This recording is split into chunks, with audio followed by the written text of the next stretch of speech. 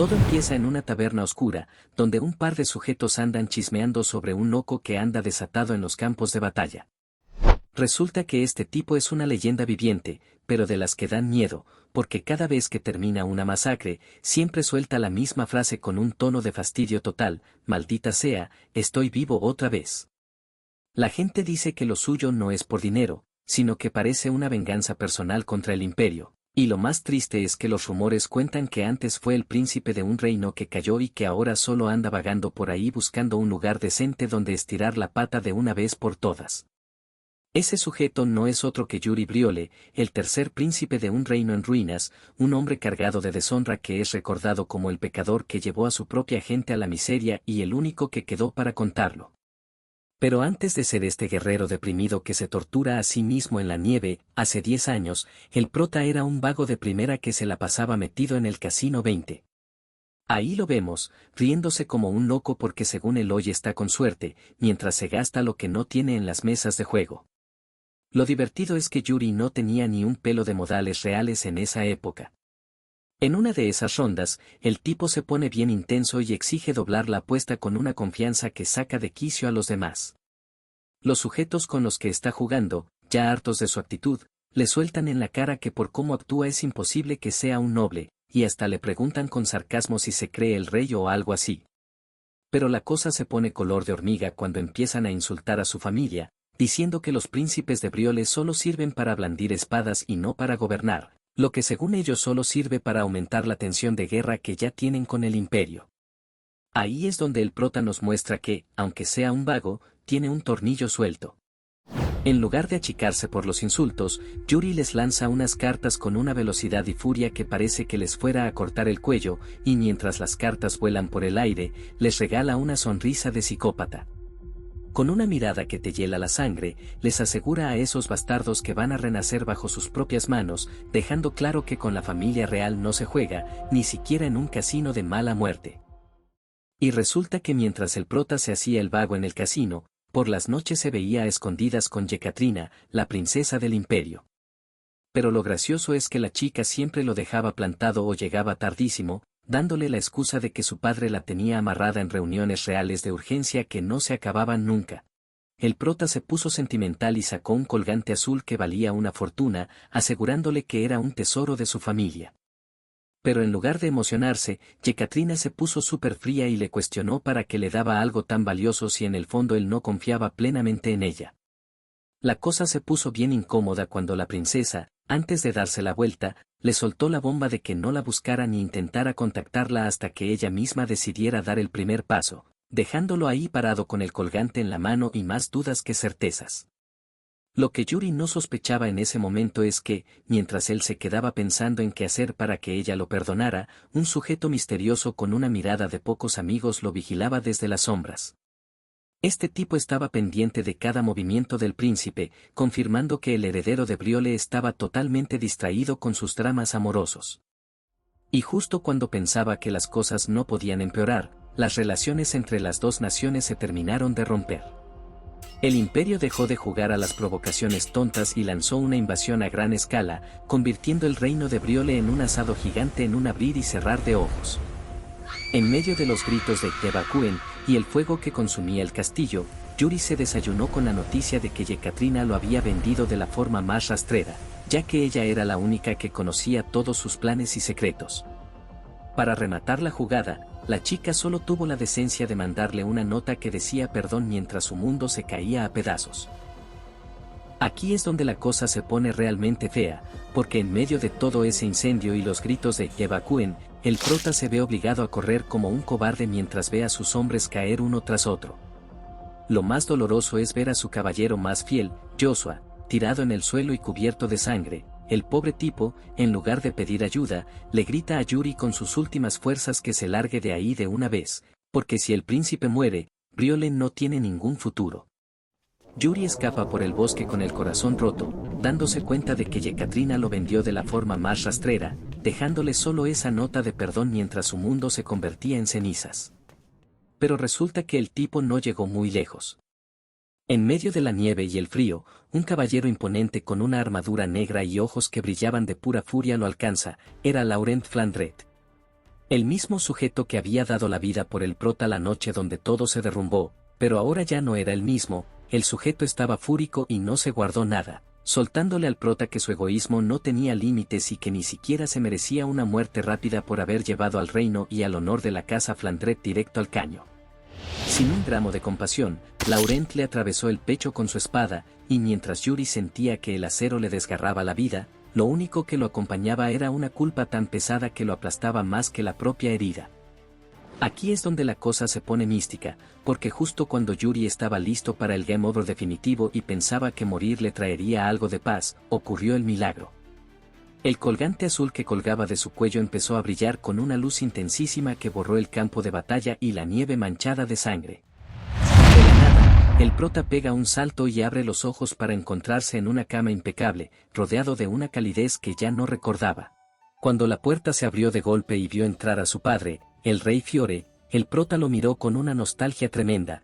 Con una cara de resignación total, Yuri le soltó la frase más loca del mundo: «Padre, así que terminaste en el infierno», después de todo, pensando que ambos estaban pagando sus deudas en el más allá por haber perdido el reino.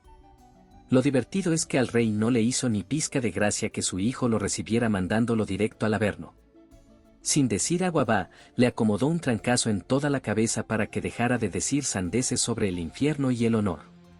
Mientras Yuri se sobaba el chichón que le acababa de salir, se dio cuenta de algo clave: el dolor era demasiado punzante para estar muerto.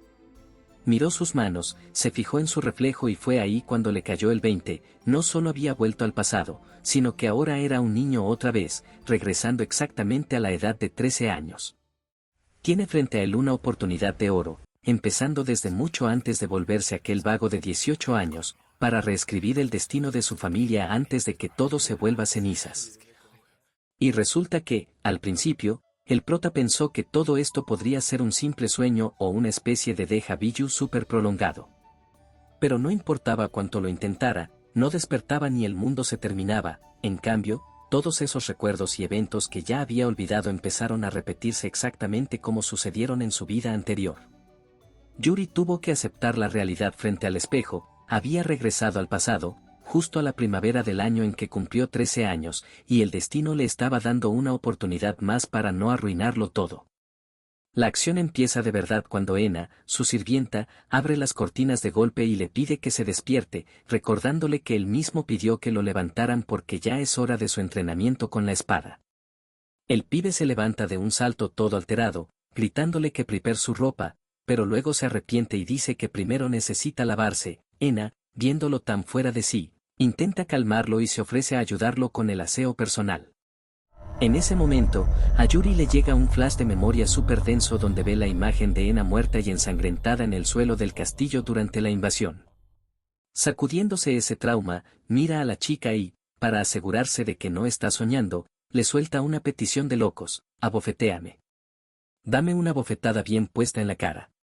La pobre Ena entra en pánico y le pregunta si le está ordenando cometer traición contra la etiqueta real, a lo que el prota responde con toda la seguridad del mundo que si él lo ordena no es traición, jurando que jamás se retractará de su palabra. Y resulta que la chica no se midió, porque poco después vemos a Yuri en el campo de entrenamiento con una marca roja de una mano gigante en la mejilla, pensando para sus adentros que había olvidado lo fuerte que era Ena. Mientras tanto, el ambiente en el palacio sigue siendo el mismo, los guardias se ríen de él a sus espaldas y nadie se digna a ofrecerle ni un poquito de ungüento para el golpe, porque para todos sigue siendo el príncipe alborotador de siempre. Ahí aparece en escena Bernard, el instructor de espada, quien ni siquiera se molesta en comentar lo de la mejilla o en corregirle la postura, simplemente chocan espadas de madera por inercia. Yuri recuerda que, aunque nació con un talento bendito, en el pasado lo desperdició por completo. Bernard le decía a su padre que si el príncipe se aplicara un poco más, sería la mayor bendición del reino, pero como el prota no cooperaba, el instructor se cansó y solo peleaban por compromiso. Pero el Yuri de ahora ya no es ese vago. De repente, detiene el combate y le dice muy en serio: «Bernard, a partir de hoy, enséñame correctamente. Yo, Yuri Briol, ahora daré todo de mí». Bernard, al ver que por fin el pibe tiene fuego en los ojos, suelta una sonrisa y le dice que entiende perfectamente. En un segundo, el instructor activa su modo demonio de la espada y suelta una presión de maná azul brutal que hace que el aire vibre, sentenciando que desde ese preciso momento comenzará su entrenamiento real. Aquí es donde la cosa se puso color de hormiga, porque Bernard se lanzó al ataque con una velocidad de locos. El choque de las espadas de madera resonó por todo el lugar, soltando chispas de energía. Yuri, totalmente abrumado por la intensidad, apenas pudo soltar un espera, Bernard, mientras intentaba desesperadamente seguirle el ritmo. El prota, sudando la gota gorda, se dio cuenta en ese instante de algo que había pasado por alto, había olvidado lo verdaderamente aterrador que era Bernard cuando se ponía serio. Y resulta que ver al instructor avanzar envuelto en esa aura azul era como ver a una fuerza de la naturaleza. Yuri recordó que a Bernard lo conocían como el demonio de la espada incluso antes de que llegara al reino de Briolle para servir a su familia. Tras una sesión de golpes que habrían dejado tieso a cualquiera, vemos al prota tirado en el suelo, completamente agotado y jadeando. Mientras recuperaba el aliento, Yuri pensó para sus adentros que, si no fuera por la experiencia de combate que acumuló como mercenario en su vida pasada, Bernard lo habría molido a golpes en un segundo. A pesar del cansancio extremo, el pibe miró su mano y sonrió, sabiendo que a este ritmo mejoraría rapidísimo. Lo divertido es que Bernard también estaba en shock. Mientras guardaba su espada, se quedó mirando al príncipe preguntándose, ¿bloqueó todos mis ataques?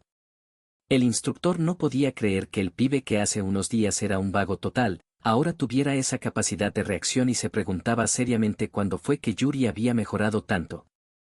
Pero el momento de reflexión duró poco, porque de repente Ena entró corriendo al campo de entrenamiento, toda agitada y sin aliento. La sirvienta le gritó que debía detenerse de inmediato y acompañarla porque su padre, el rey, lo estaba llamando. Cuando Yuri, todavía confundido, le preguntó por qué tanta urgencia, Ena soltó la bomba, el conde Juanes trajo a su hijo. Al escuchar ese nombre, a Yuri se le heló la sangre y los recuerdos de la caída de Briolle lo golpearon como un camión. Ese niño, el hijo del conde, era Godbart Bar, el mismo traidor que en su vida pasada les abrió las puertas del reino al imperio para que lo destruyeran todo. Con una mirada que daba miedo y un tono de voz gélido, Yuri miró a Ena y le preguntó, ¿dónde está ese bastardo ahora? La acción se traslada directamente al gran comedor real, donde vemos al prota sentado a la mesa cortando un pedazo de carne mientras la tensión en el aire se puede cortar con un cuchillo. El ambiente es de lo más hipócrita, con los adultos charlando como si nada. De hecho, el conde Juanes comenta que el tercer príncipe ha cambiado mucho y que incluso su físico se ve mucho mejor. Lo divertido es que el rey Fiore, con su humor tan especial, le responde en tono de broma que seguramente su hijo ha comido algo en mal estado para estar actuando de forma tan decente, lo que hace que el conde suelte una carcajada. Y resulta que mientras los padres bromean, Got está ahí sentado fingiendo ser el niño más digno y noble del mundo, aunque se le nota un poco de nerviosismo cuando su padre lo presume diciendo que es bastante inteligente. Yuri no le quita la vista de encima, clavándole una mirada tan pesada que hace que el pequeño Got empiece a sudar y a ponerse incómodo. En medio de esto, Joshua, su futuro caballero más fiel, que aquí es solo un niño, se le acerca a Yuri y, dándole un empujoncito, le pregunta en voz baja si es que ha pasado algo entre él y ese chico. Yuri, sin pelos en la lengua pero hablando bajito, le suelta a Joshua una frase que lo deja en las nubes, sí. Ese cabrón me ha apuñalado por la espalda. El pobre Joshua no entiende que se refiere a la vida pasada y se queda todo confundido, preguntándole si el gran Yuri Breo piensa dejar las cosas así. Mientras tanto, el prota sigue analizando a God, pensando que el tipo no ha cambiado ni un ápice y que sigue siendo el mismo sujeto que finge dignidad mientras planea su siguiente jugada. Convencido de que la tragedia no puede repetirse, Yuri decide que tiene que arreglar el carácter de Gota como diera lugar, recordando que en su vida anterior tuvieron una disputa insignificante que quizás fue la semilla del rencor que destruyó a Briolle. Así que, después de la comida, el prota intercepta a Got en los jardines del palacio, donde el niño del conde está sosteniendo una rama de árbol. Sin darle muchas vueltas, Yuri lo provoca diciéndole que ha oído que es bueno con la espada y, ante la mirada atónita de Got, le grita que este es un duelo, mientras se lanza al ataque sin previo aviso. Got apenas logra reaccionar y bloquea el primer impacto con su propia rama, quejándose de que lo que Yuri hizo fue una emboscada cobarde. Pero al prota no le importa el juego limpio, sigue presionando con un golpe certero mientras God le suplica desesperado que, como tercer príncipe, respete el código de los caballeros. Aquí es donde la cosa se pone interesante, porque Yuri decide jugar con la mente de su enemigo. Ante la mirada atónita de God, el prota arroja su propia espada de madera al suelo, dejando al niño del conde en shock y preguntándose si el príncipe se ha vuelto loco por desarmarse. Sin embargo, todo era una trampa para distraerlo. Yuri aprovecha el descuido y le suelta una patada brutal en el estómago que manda a God a rodar por el pasto, jadeando de dolor. Y resulta que Yuri no ha terminado la lección. Recoge su rama y se le acerca con una frialdad aterradora mientras le pone la madera en el cuello. Ahí le suelta una verdad que God no puede comprender: en mi vida pasada, vendiste el honor de tu padre al imperio a cambio de información. El prota lo interroga con autoridad, preguntándole si sabe para qué sirven realmente los títulos de nobleza, y le advierte que bajo su mando ningún caballero tendrá una convicción tan débil, incluyéndose a sí mismo. Finalmente, tras preguntarle quién le dio el poder a su padre, Yuri le ofrece la mano para levantarlo y le ordena que reflexione profundamente sobre sus palabras para comprender su esencia, a lo que un tembloroso God solo acierta a responder: sí, Alteza. Luego de un rato, Yuri se queda parado en el jardín observando en silencio cómo el pequeño God se aleja cabizbajo hacia el palacio. Mientras lo ve marcharse, aparece en escena Joshua, quien se acerca caminando tranquilamente y rompe el silencio admitiendo con sorpresa: vaya, no ha estado nada mal. En realidad eres bueno peleando, ¿eh? Yuri lo mira de reojo y le pregunta con ironía si es que acaso pensaba que iba a perder, a lo que Joshua responde con un rotundo y divertido sí. Entre risas, Joshua le recuerda su verdadera reputación soltándole: eres el mayor alborotador y jugador del reino. Mientras Yuri recuerda con una mueca todas las veces que se la pasaba apostando y causando caos en su vida anterior. Y resulta que, al caer el sol, vemos a un Yuri totalmente agotado tras seguir entrenando con su instructor. Bernard le felicita por su excelente trabajo y le informa que ya es hora de que empiece a aprender un método de maná, sugiriéndole uno con un flujo de energía equilibrado. Yuri, aunque finge dudar, piensa para sus adentros que en su vida pasada ya dominó el método Briol y llegó a su límite como mercenario, por lo que ahora busca algo diferente. Decidido a cambiar el futuro, Yuri le pide a Bernard una recomendación inusual: quiere conocer a alguien de la Guardia Real que no sea muy hábil todavía, pero que tenga un potencial excepcional. Bernard se queda pensativo y finalmente suelta un nombre que resuena en la mente del prota: Jared. Al escuchar ese nombre, Yuri recuerda a un hombre que conoció al final de la guerra, alguien a quien llamaban Espada Oxidada por sus habilidades mediocres, pero que en su lecho de muerte juró que, si pudiera volver al pasado, entrenaría como un loco para no desperdiciar su talento natural. Con una sonrisa de determinación, Yuri se encamina por los pasillos del palacio pensando que es hora de conocer a Jared y hacerlo entrar en razón antes de que la historia se repita. Yuri Briol hizo su entrada en el área de entrenamiento, saludando con la mano a los presentes y preguntando con una sonrisa qué los traía por ahí. Un caballero se le acercó sorprendido y Yuri le respondió con toda la calma del mundo que solo quería ver si todos estaban bien. El caballero soltó una carcajada, comentando que todos trabajaban duro pero que definitivamente no podían compararse con el esfuerzo del príncipe. Y resulta que, mientras observaba el campo donde los soldados entrenaban con intensidad, Yuri notó que todos parecían estar muy encendidos. Sin darle muchas vueltas, el prota lanzó la pregunta clave: ¿dónde está Jared? El caballero, algo extrañado, señaló hacia un rincón y le respondió: ¿ese novato? Por allá. Ese es él. Yuri se quedó apoyado en la barandilla observando a Jared, dándose cuenta de que el tipo, tal como Bernard había dicho, apenas estaba haciendo lo mínimo indispensable en su entrenamiento. El príncipe recordó amargamente cómo, en su vida anterior, Jared terminó convirtiéndose en una espada oxidada por esa misma actitud. Decidido a sacudirle la pereza, Yuri se dirigió a Sir Rosso y le pidió que le preparara una espada de madera porque él también quería practicar esgrima.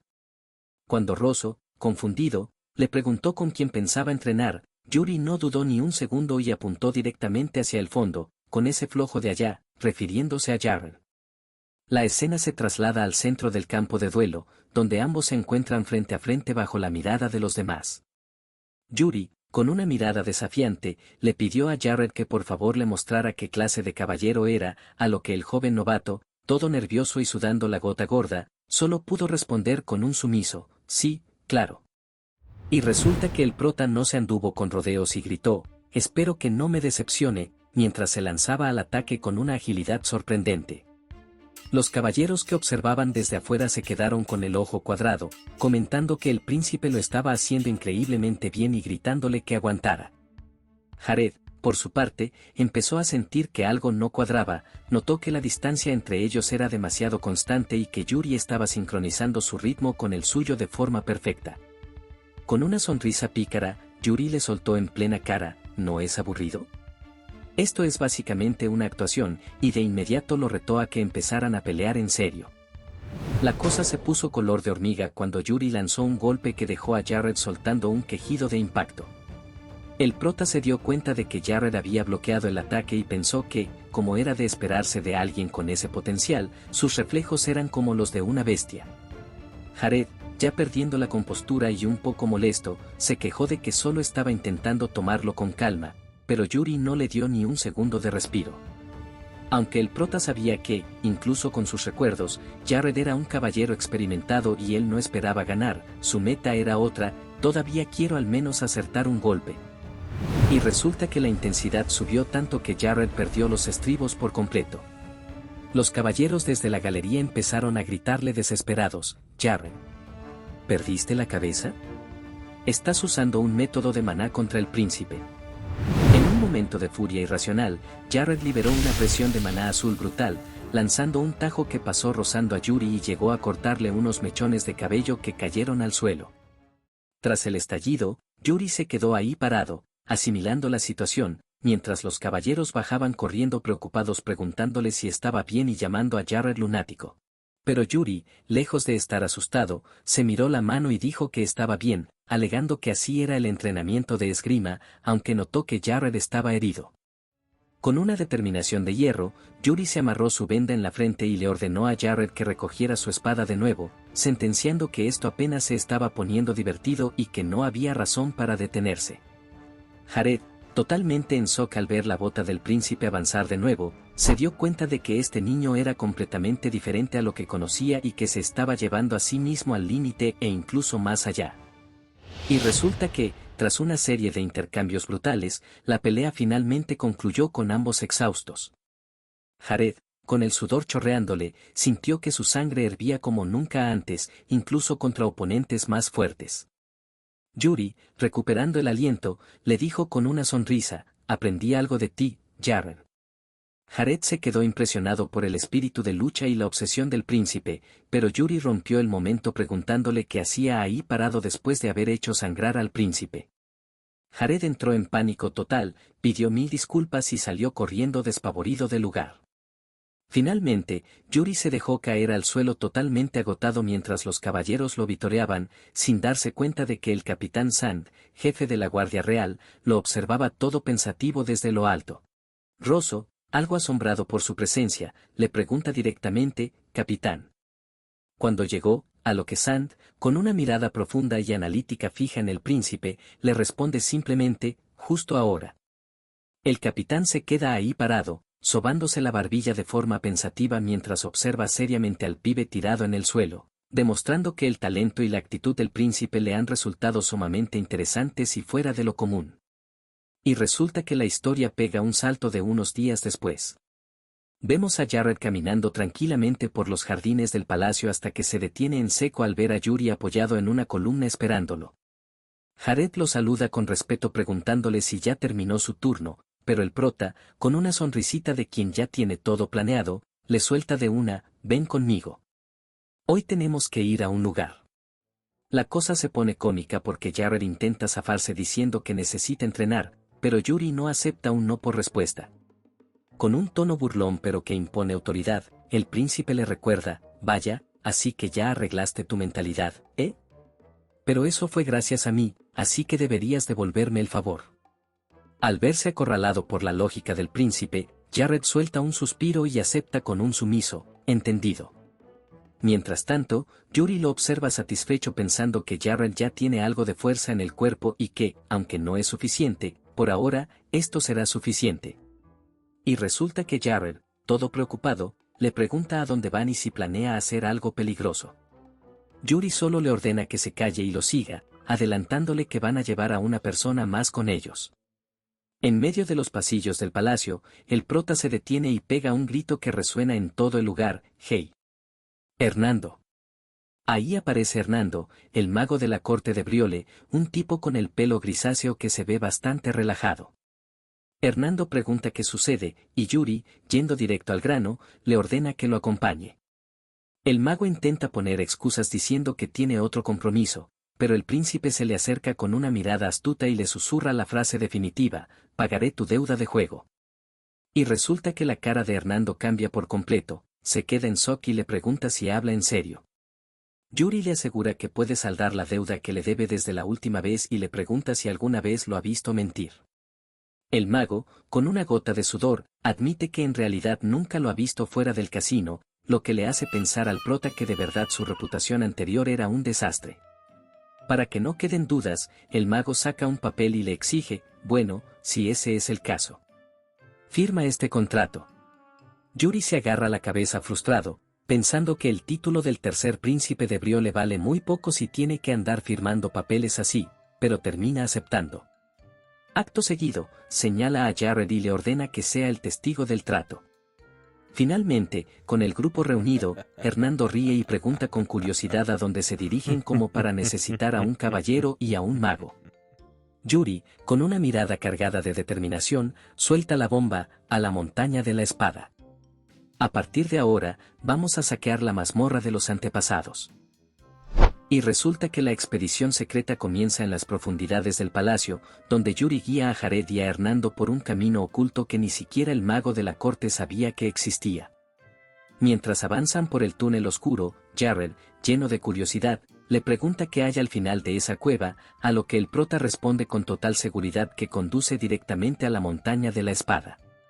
Al escuchar esto, Hernando se queda de piedra y pregunta si se trata de la famosa leyenda sobre el progenitor, recibiendo un simple y frío sí por parte del príncipe. Y resulta que, mientras caminan, Yuri tiene un momento de reflexión sobre su vida pasada. Recuerda que, en aquel entonces, después de que el imperio ocupara Briole, descubrieron una mazmorra en esa montaña y el hallazgo del legado del fundador causó un alboroto total. Sin embargo, en esa línea temporal, el camino solo sirvió como una triste ruta de escape y el legado fue entregado al imperio antes de ser utilizado. Esta vez, el pibe está decidido a que las cosas sean distintas: en lugar de huir, va a ver con sus propios ojos qué legado dejó su ancestro para salvar al reino. La cosa se pone movida cuando finalmente salen al bosque. Hernando, incrédulo, le pregunta de dónde sacó la llave para esa puerta, dándose cuenta de que es un artefacto mágico. Yuri, cortante, le dice que estaba escondida en un rincón de la sala de estudio, aunque para sus adentros admite que en su vida anterior sufrió mucho por no saber cómo usarla. De repente, Jared suelta un grito de dolor porque se picó con unas plantas de hojas filosas, y Yuri, con su nuevo temperamento de líder, le ordena que no se lastime y que lo sigan de cerca. Y resulta que la caminata se interrumpe cuando Yuri se detiene en seco. Les advierte que hay una manada de lobos temibles acechando entre los arbustos. Jared se sorprende de que Yuri sepa que se mueven en grupo, y el prota, para no levantar sospechas de su regresión, le miente diciendo que lo leyó en un libro. Intentan pasar con cuidado, pero Hernando mete la pata literalmente al pisar una rama, provocando un estruendo que alerta a las bestias. Un lobo se lanza sobre el mago, pero este, con una sonrisa pícara y un método de maná brutal, calcina al animal en un segundo, dejando a Jared impresionado. Sin embargo, el prota advierte que han llamado la atención del alfa, un lobo gigante de ojos brillantes que suelta un aullido aterrador. Jared se lanza a la pelea usando su energía azul, y aunque Hernando elogia su habilidad, Yuri piensa que todavía no es lo suficientemente bueno. Para terminar rápido, el príncipe le pide a Hernando que demuestre por qué es el mago de la corte. Hernando lanza una llamarada masiva que acaba con los monstruos, permitiéndoles finalmente llegar a la cima de la montaña. Y resulta que en la cumbre, tras excavar un poco, Yuri encuentra lo que buscaba: una espada clavada en la roca que parece completamente nueva. Al observarla de cerca, nota que tiene una inscripción que dice culpable. Mientras Jared pregunta si es la reliquia del fundador, el suelo comienza a temblar violentamente y los tres caen por una trampa que se abre bajo sus pies. Terminan aterrizando en una caverna profunda llena de cristales azules gigantes, donde la tensión sube al máximo. La cosa se pone color de hormiga cuando, entre las sombras de los cristales, aparece un caballero de la muerte, una figura imponente con ojos rojos brillantes. Jared, fiel a su deber, se pone frente al príncipe para protegerlo y desenvaina su espada, pero Yuri intenta calmarlo diciendo que no es peligroso porque el caballero solo protege a los de su sangre. Pero el caballero no se queda quieto, lanza un tajo veloz que pasa rozando la cabeza de Yuri, cortándole unos mechones de cabello. El espectro habla con una voz de ultratumba, diciendo que la actitud del pibe es igual a la de él. Y resulta que Yuri revela la identidad del fantasma, se trata de Arek Prowl, el primer rey y fundador de Briole, quien conquistó el continente con una sola espada. Erich le pregunta a Yuri su motivo para estar ahí, y el prota, con una autoridad impresionante, declara: «Soy Yuri Briole, entrégame tu legado». El rey fundador acepta y decide que es momento de cumplir su deber, otorgándole lo que busca. Finalmente, Caballero de la Muerte comenzó a emanar una energía azul tan intensa que los cristales gigantes de la caverna se encendieron, iluminando todo el lugar con un resplandor cegador. La presión de ese poder fue tan fuerte que tanto Jarrell como Hernando tuvieron que cubrirse el rostro mientras gritaban, incapaces de soportar la intensidad de lo que estaba ocurriendo. Yuri, sin embargo, se quedó ahí viendo cómo la realidad a su alrededor se desvanecía por completo. Y resulta que, en un abrir y cerrar de ojos, el escenario cambió drásticamente y Yuri apareció solo en medio de un desierto rocoso bajo un cielo que parecía estar atrapado en un atardecer eterno. Confundido por el repentino cambio, el prota se preguntó en voz alta dónde estaban, hasta que notó a lo lejos una figura humanoide caminando hacia él. Yuri se preguntó si se trataba del mismísimo fundador, pero no tuvo mucho tiempo para pensar. La cosa se puso color de hormiga cuando esa figura, que parecía hecha de pura energía blanca y no tenía rostro, se lanzó en ataque a una velocidad absurda. Yuri apenas logró reaccionar a tiempo para bloquear el tajo con su espada, dándose cuenta con horror de que esa cosa no era humana. Mientras intercambiaban golpes, la entidad comenzó a brillar intensamente, revelando un núcleo de energía azul que fluía por todo su cuerpo. Aquí es donde Yuri se quedó de piedra al comprender lo que estaba viendo. «Esto es, un método de maná», exclamó para sus adentros mientras la gota gorda le recorría la cara. El ser no solo lo estaba atacando, sino que le estaba mostrando paso a paso cómo manipular el maná en su interior para imbuir el arma con ese poder resplandeciente. Y resulta que Yuri soltó una carcajada al darse cuenta de la locura de su ancestro, pensando que Arek Preol debía estar zafado de la cabeza por intentar entrenar a alguien así, pidiéndole que copiara la técnica de inmediato en medio de una pelea real. Sin embargo, el prota entendió que este tipo de presión extrema solo la podría soportar alguien que, como él, está en su segunda vida. Decidido a no fallar, Yuri puso su mano en el suelo, se concentró al máximo y logró replicar el flujo de energía, rodeando su propia espada con ese maná azul. La cosa se puso seria cuando Yuri, con una mirada llena de fuego, juró que esta vez se volvería mucho más fuerte para proteger su honor. Sabía perfectamente que en un futuro no muy lejano el imperio mostraría su ambición e invadiría Briole, pero esta vez los destruiría a como diera lugar. Yuri se lanzó de nuevo al combate contra la sombra de su ancestro, gritando que absorbería toda su esgrima hasta que, tras una explosión masiva de energía, la figura blanca comenzó a desmoronarse. Y resulta que la historia nos regresa a la realidad de la cueva cuando Yuri abre los ojos poco a poco soltando mientras recupera el conocimiento. El prota se levantó sosteniendo con firmeza su espada y preguntó si ya había vuelto, a lo que Jared y Hernando le confirmaron que se encontraba bien. El Caballero de la Muerte, que seguía ahí sentado, comentó con una calma aterradora: «Parece que tuviste un buen sueño». Aquí es donde el espectro reveló que todo fue el plan de Erich, quien dejó preparado ese encuentro para cualquier heredero de Briole que lograra alcanzar ese lugar. Yuri recordó con amargura que en su vida pasada la montaña de la espada fue destruida por el imperio, impidiendo que nadie de la familia real viera este legado. El caballero aclaró que esa técnica no era el método tradicional, sino el último legado que Erich perfeccionó viajando por el este, sentenciando que Yuri era el primero en heredar ese poder. La cosa termina con un momento solemne cuando el caballero le reveló que el nombre de la técnica es separación del alma. El espectro le ordenó a Yuri que se arrodillara sobre una rodilla para pasarle formalmente el legado de su ancestro.